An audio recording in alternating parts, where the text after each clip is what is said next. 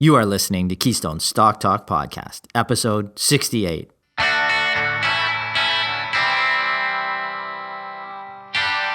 If this is your first time listening, then thanks for stopping by. This podcast is produced every week for your enjoyment, and show notes are found at www.keystocks.com. Come back often, and feel free to add the podcast to your favorite RSS feed or on iTunes. You can also follow us on Twitter at Keystocks and on Facebook or via our 24-hour streaming radio station, pennystocks.fm. And keep submitting your stocks via the usual social channels or at our website, keystocks.com, for our Your Stock Our Take segment. And we just might review your stock in an upcoming show and let you know if it is a buy, sell, or hold. This week, in our Your Stock Our Take segment, we took a look at Information Services, symbol ISV on the TSX, a provider of registry and information management services for public data and records. The stock pays a relatively attractive dividend at 4.8%, and a listener who has been watching the company for a while asked us if now is time to add or buy a position. This week, we have 2 stars, and the first will be no stranger to our clients, as it was recommended just over a year ago this month. This stock, Viamed Healthcare, is a U.S.-based medical equipment supplier. Viamed added another 9% this week. It's up 26% on the month, 90% on the year, and perhaps most importantly for our clients, it has gained 158% since our recommendation at $3.85 1 year ago. Our star number 2 is Microcap Electrovaya, symbol EFL on the TSX. It designs and develops electrodes, separators, cells, advanced battery and battery systems for the transportation, electrical grid, stationary storage, and mobile markets. The stock jumped 23% this week on the back of a promising order. Finally, our dog of the week is retail stock that has been a market darling since its IPO. The company, Canada Goose Holdings, Inc., symbol GOOS on the TSX, designs, manufactures, and distributes retail premium outerwear for men, women, and children. This week, Canada Goose took a 31% haircut in one day after it announced its 2019 fiscal results and its outlook for the current year.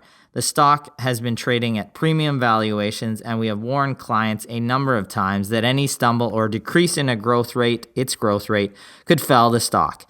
Is the drop an opportunity or a sign of things to come? We will discuss.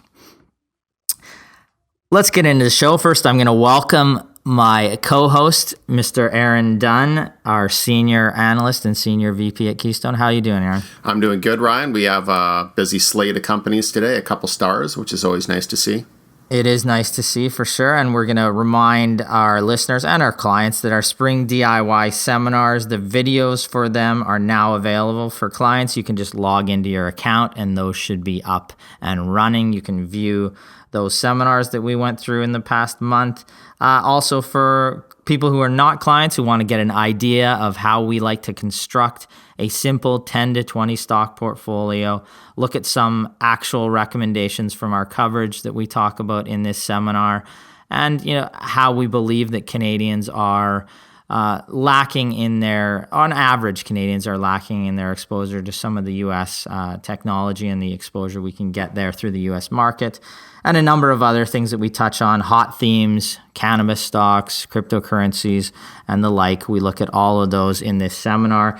It's 2 hours, and I think you can purchase that now for around $79 on our website, so go there and take a look. I know that 2 of the companies that we recommended at that just in that seminar, just less than a month ago, have done very well already and continue to offer value.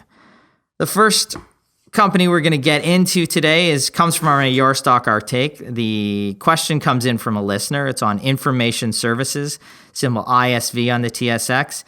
He says that it seems like a stable dividend payer as it handles all of the land transfer and corporate registry filings in Saskatchewan. What do you think of the company for a long-term investor? That came in from John via an email. Aaron, I'm going to let you take that one.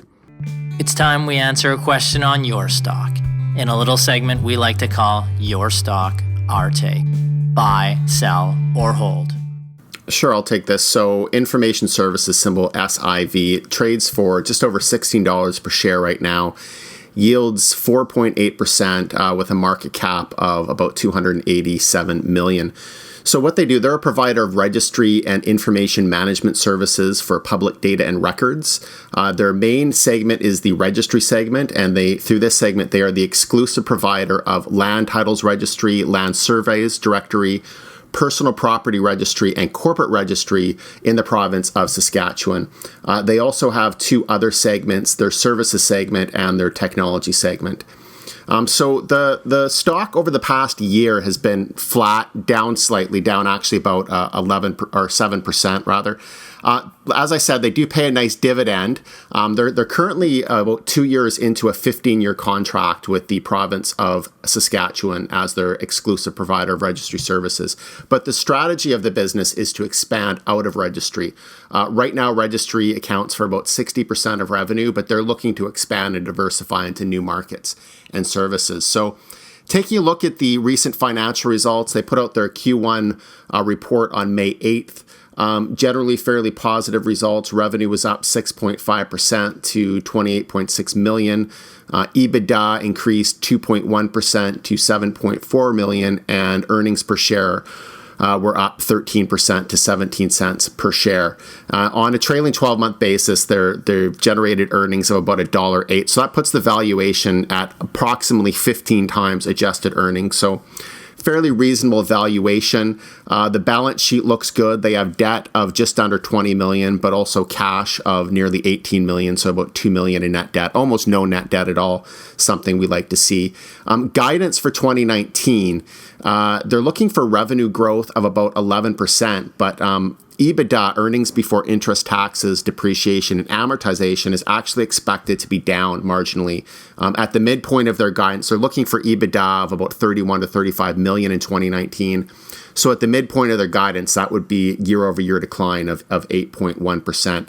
And EBITDA margins for the year are expected to range between 24 to 27% compared to just over 30% in 2018. So the company does expect revenue growth in 2019 to be driven primarily from its services segment, while the registry segment continues to be flat or slightly down, but still a strong generator of stable free cash flow. So just looking at the company overall from a bird's eye view, they are a unique, information services is a unique business. The long-term contract they have with the province of Saskatchewan does provide them with a strong competitive advantage and that source of ongoing cash flow. So that's a positive. Another positive is the balance sheet.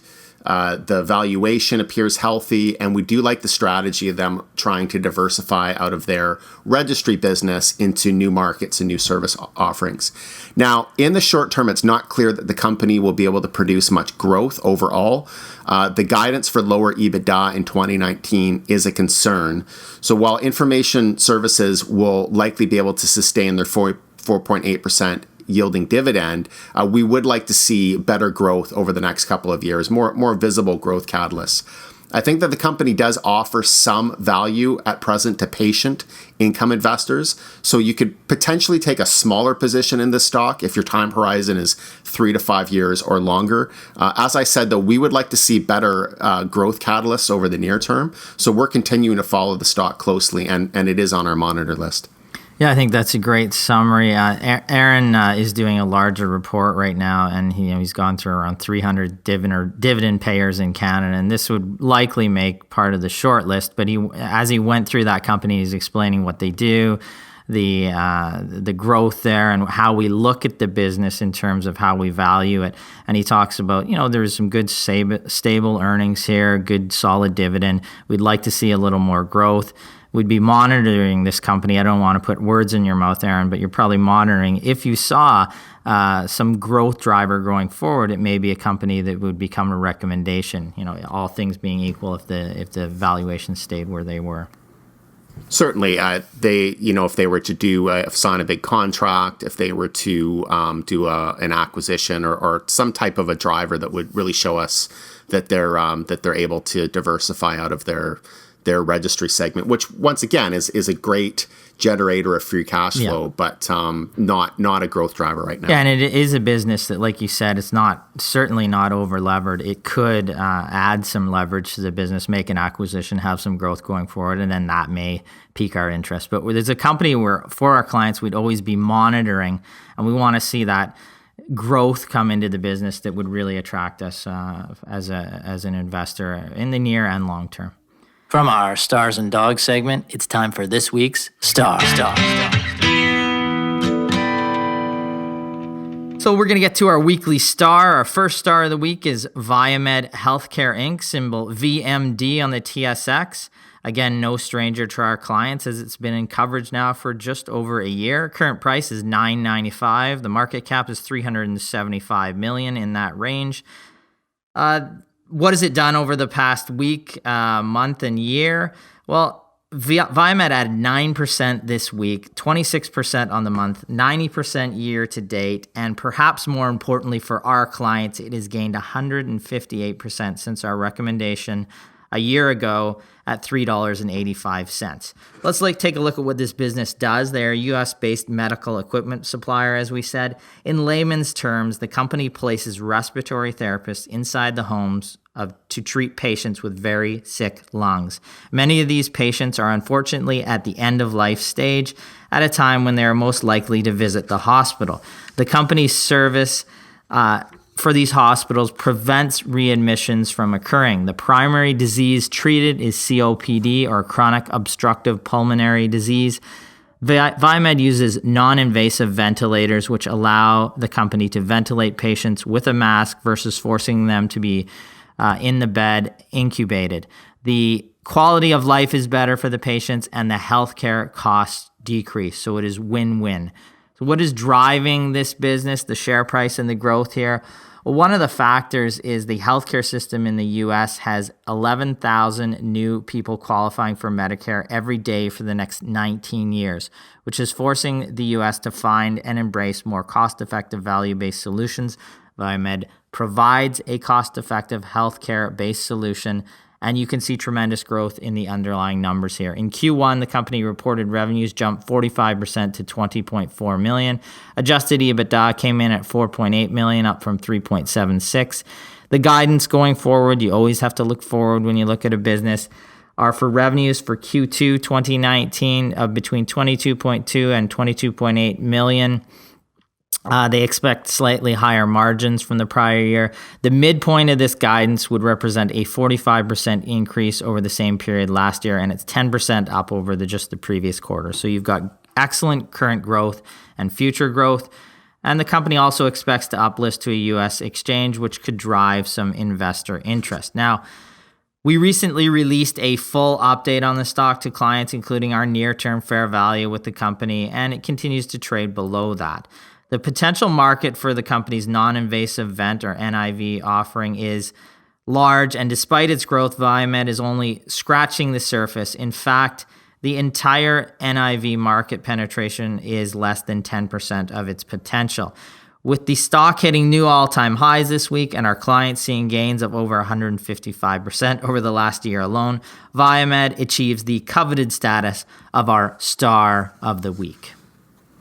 A great stock, and just a great example of how you can find these underfollowed, unknown companies generating a lot of money and selling into what's really a huge market. I mean, there's definitely some volatility in U.S. healthcare, but that home healthcare, the whole home healthcare segment is just, it's bound to grow because it's a way to actually cut healthcare costs overall in the U.S. Yeah, and we've benefited from that in the past. Aaron had a recommendation in our U.S. research, Almost Family, which within a year, I believe, was taken over for about a 65% premium, specializing in the home healthcare market as well. It's an area that there can be some volatility, definitely with VMD, because medical devices in the U.S. Historically have, it's volatile. There can be payment cuts from Medicaid or Medicare, and there can be changes to regulation. But again, this company, the management team we've met with 3 times over the past year, continue to put their head down, grow the business organically, not going out and issuing shares to grow via acquisition. The company is growing organically at a very high clip. If it continues to do that, the long term, 2 to 5 years out, the company continues to offer value. So the next company, we're going to look at our second star of the week, and that's Electrovaya. Aaron's going to take a look at it now. From our Stars and Dogs segment, it's time for this week's Star. Sure, thank you. So Electrovaya, symbol is EFL on the TSX, trades at about 25 cents, 26 cents, and a market cap of 26.4 million approximately. So between May 27, 28, the stock price of Electrovaya jumped 33%. So what does the company do? So they design and develop electrode separators, cells, advanced battery, and battery systems for the transportation, electric grid, stationary storage, and mobile markets. And they own a proprietary lithium-ion superpolymer technology. So the majority of the company's revenue is generated from the European region. To date, Electrovaya has sold and delivered batteries to commercial operations at 23 customer sites in the United States and Canada, with several customers making follow-up orders. The majority of the customers are large corporations, including several Fortune 500 companies, and these end users span all aspects of the materials handling market, include major retail, furniture distribution, cold storage, manufacturing, and third-party logistics companies. But why did this company move up? What was the big catalyst here? Well, on May 28th, the company announced it had received its first purchase order for an electric bus battery system. The modular battery system is expected to provide the 40-foot bus to the 40-foot bus a range of more than 200 kilometers and would be capable of fast charging. So these buses are expected to operate 12 to 16 hours a day or more, with a targeted life of at least 10 years. So nice catalyst for the company. But when we're looking at a business, we always dive into the financials. So company's most recent quarterly report was the first quarter of 2019. Revenues were 1.3 million, so they were actually down 62% compared to 3.3 million in the first quarter of last year. Net income was a loss of 1.9 million compared to a loss of 2.7 million last year, and adjusted EBITDA was a loss of 1.1 million compared to a loss of 1.4 last year. Another thing that we notice as well is that the company has negative shareholder equity, which is not a great sign. So just looking at the business, they're operating in what is a very attractive space. I mean, there's a lot of money that goes into the lithium battery industry. Certainly, there's huge potential in that space, but what in spite of what was positive news for the company here, we really need to see these contracts translate into actual strong financial performance and profitability. So the purchase order is promising, and it could lead to more and more contracts and revenue flowing into the company. But as it stands right now, the company is not profitable. Until it becomes profitable, it would not meet our minimum criteria for recommendation. So this was a good first milestone, but it's still something that we would consider highly speculative. Nevertheless, good on them. So they're the star of the week. Yeah, I agree. I mean, again, it shows you a good example of what we're looking at. Continuing to monitor a business like that, monitor that order as it goes through, see if they can be profitable off of it. And we think that, if there is some profitability there, then we have an opportunity to potentially make an investment or make a recommendation on that company. But until we see a minimum criteria of profitability, and likely over a more extended period than just one quarter, it would be a company we just monitor. So we're going to finish up this week with our weekly dog. From our Stars and Dogs segment, it's time for this week's dog. The dog this week is Canada Goose Holdings, Inc., symbols GOOS on the TSX. Current price around $45, $47. Market cap of $2.8 billion. What the dog performance this week, what led to us marking it as a dog this week? The company had a sharp drop this week. It was down just at the market open about 22%. At one point, and ended the day, one day this week, down 31%. What does the company do? Of course, Goose is a Canadian-based company which designs, manufactures, distributes retail premium outerwear for men, women, and children. Its products are sold through a select outdoor and luxury online retailers and distributors.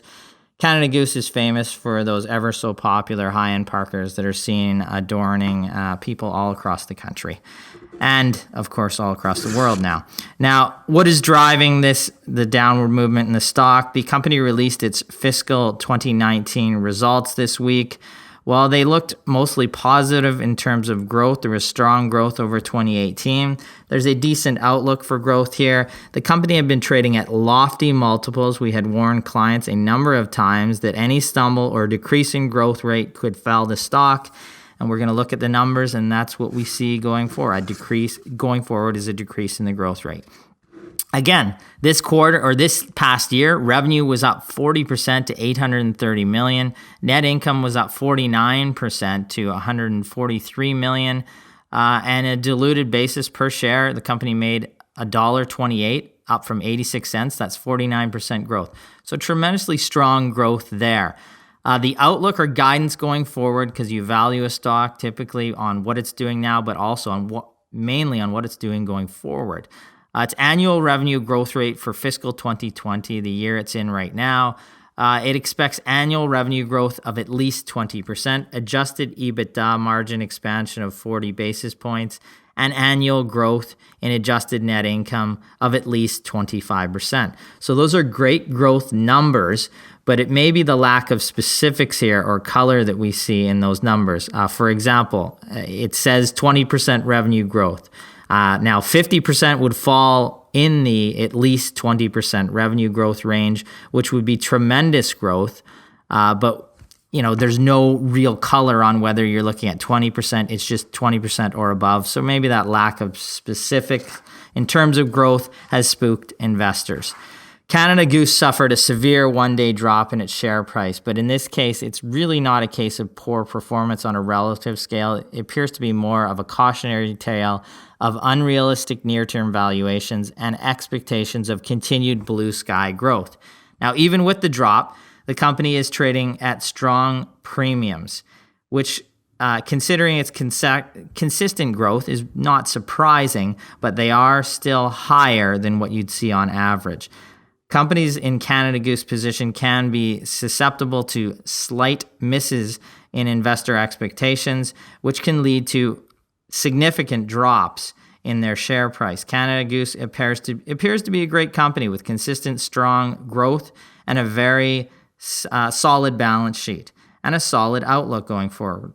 It just wasn't strong enough to hold up against the unrealistic expectations potentially near term in a very volatile industry. This makes the company our dog of the week. It's really the classic story, and that's why we advise against overpaying for companies. Is the valuation is really a reflection of the future expectation, and if that expectation is unrealistic sustainably, then at some point in time investors are going to look to revalue the stock, and when that happens it can be catastrophic, even though earnings and revenues are continuing to rise. Yeah, and we looked at this company earlier in the year. We've had questions on it in our chat sessions because it was a high flyer, definitely. At one point it traded around 70 times earnings. And, that you're expecting the company to continue to grow going forward at 70% or 50% or above that range. The growth that they're forecasting going forward of adjusted earnings of 25%, that is very strong growth. But when you're paying a multiple or a premium that is far in excess of that, 2 times that multiple, any pullback in terms of growth, like we saw, the company's adjusted income was up 49% this year. Now they're looking at anywhere above 25% this coming year. So it's a pullback in terms of growth likely. Then you see a readjustment in terms of the valuation. Now, this is a stock we monitor for maybe potential entry points, but the current valuations we would say are closer to fair value or slightly overvalued than they are significantly undervalued. Again, a good company. Is it trading at a reasonable price? It certainly wasn't just a week ago, It's getting a little closer today, but we'll continue to monitor that. It just provides a cautionary tale of when you have premium valuations, you can have a significant drop when there is any hiccup in the business. And it's hard for any business, even the best out there, to have no hiccups in their results over the test of time. So I'd like to thank Aaron again for co-hosting with me this week. Thank you, Aaron. Thank you, Ryan. I remind all of our listeners and our clients, for one, that our latest seminar is now up and available. You can log into your account and view that seminar. If anybody who's not a client wants to get their hands on that, watch our 2-hour seminars, you can just log on to keystocks.com. I believe it's on the front page. You can click through there. And it's a relatively reasonable price at $79 to get access to that 2 hours presentation with myself and Aaron. Again, keep your questions coming into our Your Stock, Our Take segment. We keep getting more and more each week. We like to answer those questions on the regular social media channels, or you can email us those questions. I'd like to thank you for listening, and I wish all our listeners profitable investing. Profitable investing.